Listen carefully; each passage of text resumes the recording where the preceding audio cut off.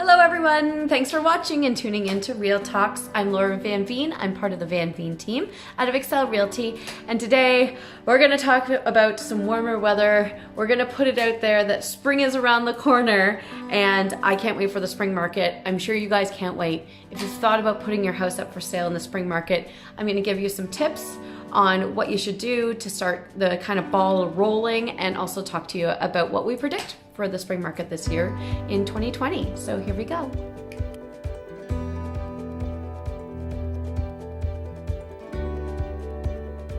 All right, so first of all, I want to talk to you guys about why there is this explosion of houses for sale always in the spring, and why does the market always pick up? For any of you guys who have realtor friends or know me, in the springtime, it's hard to get a hold of us for like personal things because it turns into work. It's a crazy time. We're like just at the precipice of spring market now. Yeah, and it's like, why is it seasonal? So I'm gonna kind of go over the reasons why we see this big splurge every year of all kinds of different houses coming on the market. The very first thing is that generally for us realtors, it's way more beneficial to show a house during daylight hours. The house is filled with light. You can see everything. The house shows better. We can see imperfections. We can check out the exterior. We can see the yard space. Everything's just a little bit nicer and easier to show it. So typically we try to stray away from showing after dark, if it at all possible. Sometimes that's the only time we can get together. But so once the daylight starts to get a little bit longer, there's just more time for us to show the places, and they show better. So it's more beneficial to the person who's selling the house, to the listing side. So that's the first one. The second thing is, like, as soon as those spring flowers come out and the grass is getting green, the landscaping looks so much nicer. So most people will actually reap a little bit more for their houses if they put it up for sale in the spring, because everything looks nicer, and so you're more likely to draw in more buyers who could drive up the price of the house. So definitely that's huge. The other thing is depending on the type of house you have, and I talked about this in my fall video a little bit. Depending on the type of house you have, if you have a family type home, something with 3 or 4 bedrooms, either a bungalow rancher or even a 2-story, something that a family's going to move into, they tend to like to move to change the school district. So your school district, obviously you want to be registered by the end of August for your next school district. So a lot of people like to move during the summer when the kids are home, and that can be dealt with. So that's a huge thing. A lot of people start looking in March, April, so they can figure out getting into their new house by that September date. So those are kind of some generic, huge reasons why the spring market kind of happens and why we get so busy. So let's talk about the spring expectations now in 2020. So what are we expecting to see? You guys know, if you're from Chatham, Windsor, even London, our prices have like kaboomed. They're huge now, right? So everything has gone up. We've seen double-digit increases over the last 3 years for 2017, 2018, and 2019. Our prices have and the values in the houses have just exploded. So is that going to keep up? Well, so the predictions, I've read a few different predictions, a few different places, and the generic feeling is that this year we are still going to see an increase. In fact, they're predicting that London, Ontario, will have about a 5% increase this year. So we're not seeing those double digits, but still a 5% increase over last year is a good increase. And Windsor's actually still increasing quite a bit. It's just pushing the double digits. It's expecting a 9% increase. So here in Chatham, we're somewhere right in between. We're still seeing multiple offers on, I would say, most houses. If the house is well presented, well staged, good neighborhood, all of that stuff, we're still seeing a lot of competition out there. We are still in a seller's market, which we have been for about going on 4 years now, in a seller's heavy market. If you're into real estate, buying or selling or just following the trends, go back 5-6 years, you know Chatham, oh man, that was not a seller's market beforehand. We were seeing houses sit for 6 months, 3 to 6 months on average, I would say. Now they're going still fairly quickly as long as the house is prepared properly and marketed properly. So we're gonna go to our next little segment, and that is talking about how do you get that house perfectly marketed, perfectly staged, ready? How do you start now so it's a very low stressful event for you and you can get your place sold fast? So let's go on.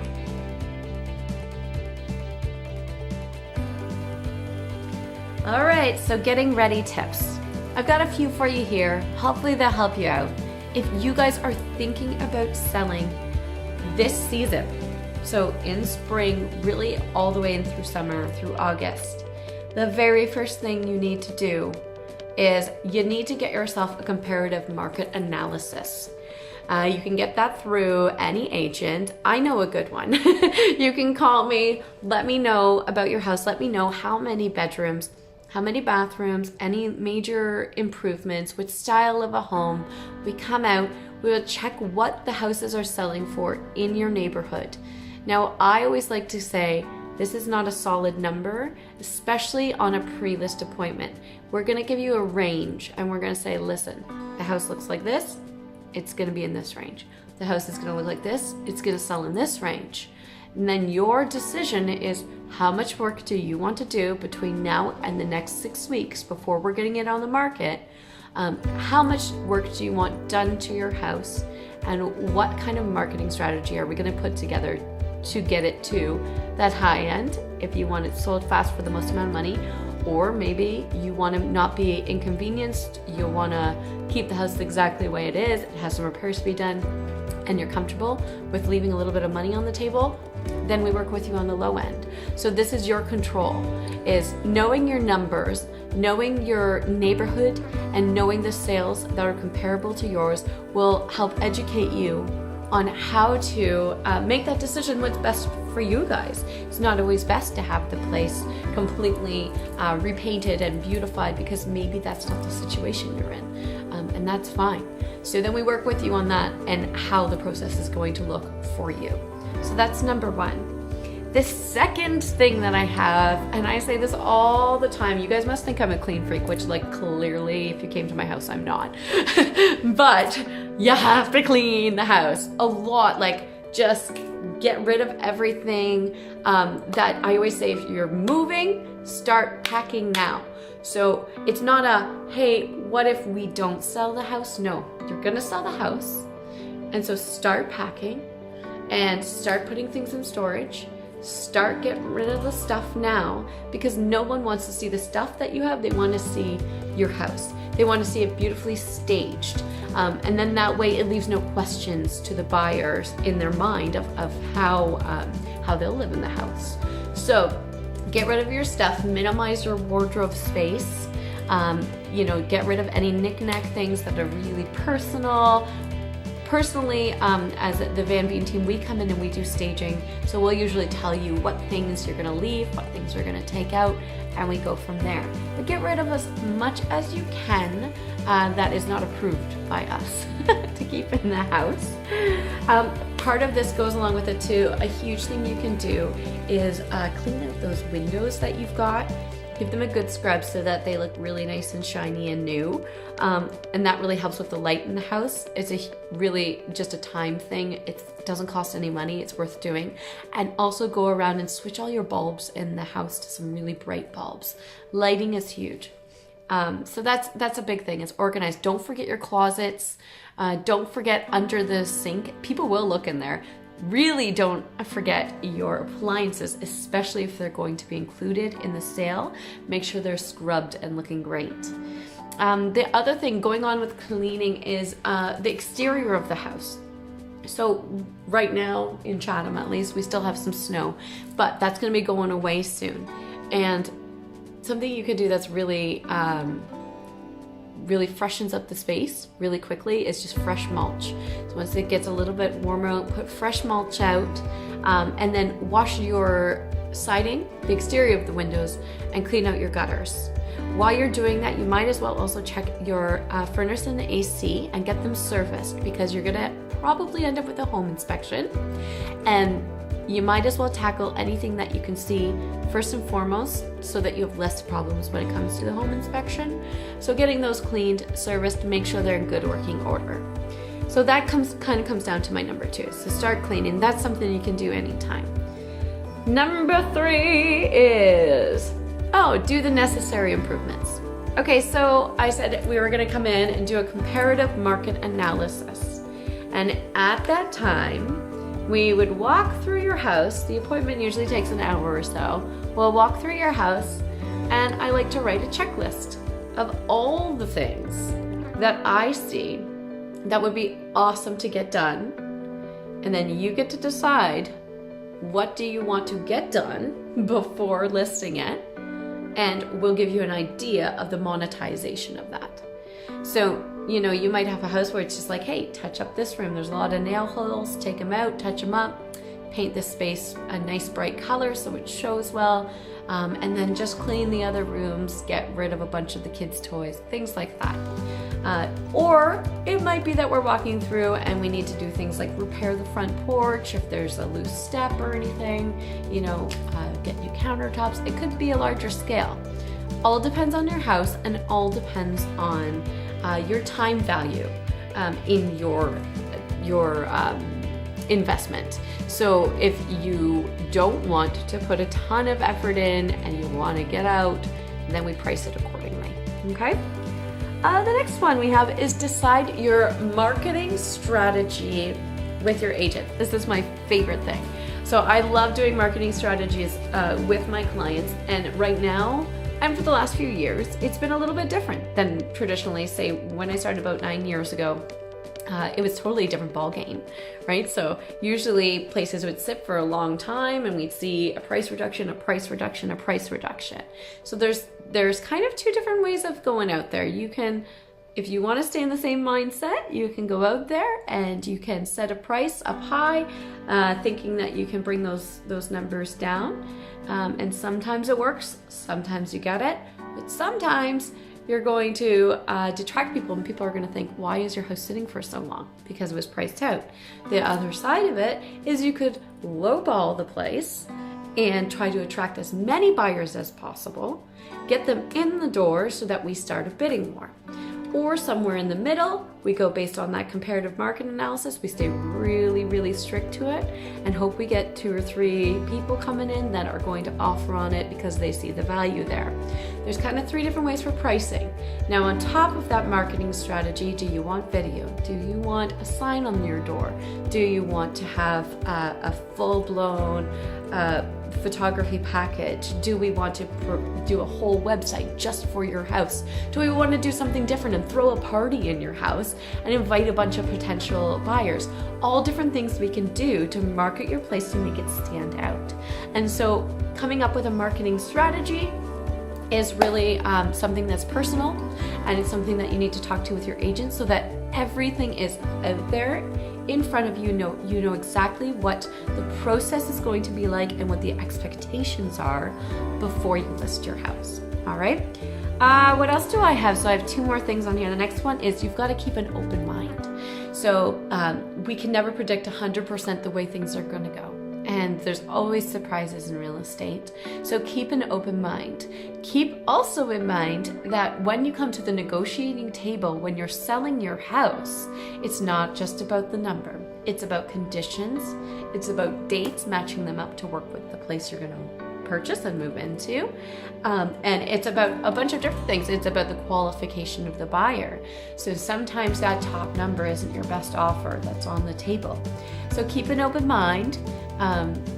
Keep thinking about, keep yourself open to maybe the result's going to be different, not worse, but different than what you expected all the way through. So try not to be completely rigid, because I've seen that really be detrimental towards selling the house and eventually getting the result that you wanted if you don't keep that open mind.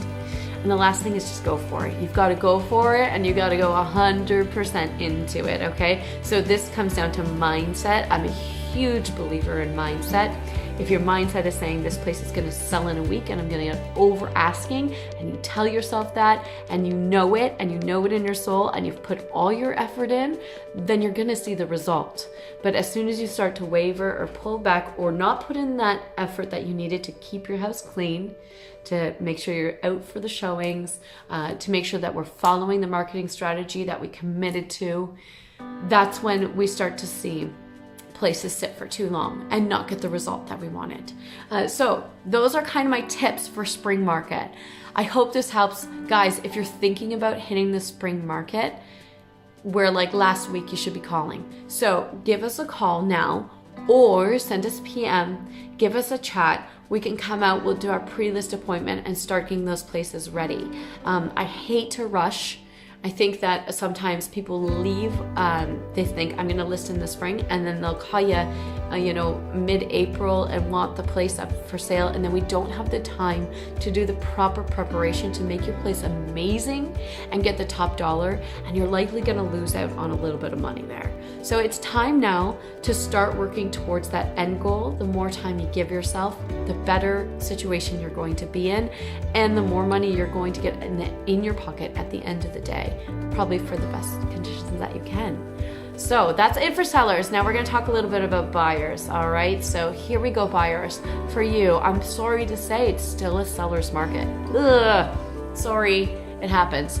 But that doesn't mean that you can't buy right now. So what are you guys going to do to prepare yourself for buying this spring? Number one, I'm going to say it, I say it a gazillion times, go get pre-approved. Go to your bank now, bring in all of your tax forms. I have a whole video about getting pre-approved, getting ready to buy, especially if you're a first-time home buyer. It's great to look at. I will put a link in the comments on this one, and it gives you a step-by-step on what you've got to do. The first things first, you're going to bring in your notice of assessments. You're going to bring in anything you have on for investments, and go in to see a mortgage broker or mortgage advisor or someone at your bank who does mortgages, anything like that, and get the ball rolling with financing, because it is not a quality offer unless you have that pre-approval papers. Even if you offer them a higher amount, if you're not pre-approved, you're not likely to get the place. So make sure you get that done first and foremost. Make sure that you're not doing any large purchases between now and after that house closes. Not after the house gets the offer signed and accepted, after your house closes. Do not go out and buy a car thinking that, oh, well, I put an offer in a place and it's mine now. We're closing in 2 months. I can go buy my car. No, you can't. Keep your credit clean. Make all your payments and make sure you're making them on time, and that you're not making any large purchases right now so that you're ready to compete. The other thing I have to say goes along as well with the sellers is you have to keep an open mind. So this is a very highly competitive market. You're gonna have to go in and you might have to offer on more than one house to get the house that you want. But it always ends up being the best for people in the end. I don't think I've ever had someone say, oh, I wish I had actually gotten that house, when they've lost out an offer and gone into a second home. It always ends up being the house that you need and the house that you want. And I really truly believe that things happen for a reason. You'll get the house that you need. You'll get the house that you want if you're patient and you're persistent. So keep an open mind. Sometimes hearts get broken, and we're gonna try to avoid that. The best way we can avoid that is making sure that you are well equipped with your pre-approval, with a list of everything that you want in your house and need in your house, and we're going to make sure that we try to tick off the majority of those and then get you in a place that you can call your own. So go in with some fighting shoes on. Go in with your boots in the summertime and make sure that you're ready for a little bit of a ride when buying a place right now. But know that it's going to be a great process, and you're going to end up in the place that you need to be at the end of the day. So that's about it, guys. Thanks for watching again. I'll make sure to be popping out a few more videos. If you guys have questions about anything you want to hear about with real estate, let me know, put it in the comments, or send me a PM. We'll have a chat, or I can do a video so that we can send it out to everyone else. I've been really enjoying keeping you guys educated, keeping you informed. I hope that these videos are really helping you guys to learn and to understand this crazy world of real estate. And anytime, feel free to PM with questions, concerns, anything like that. Thanks for watching. Again, it's Laura Van Veen, part of the Van Veen team with Excel Realty. And thanks for watching, and keep enjoying Chatham Kent.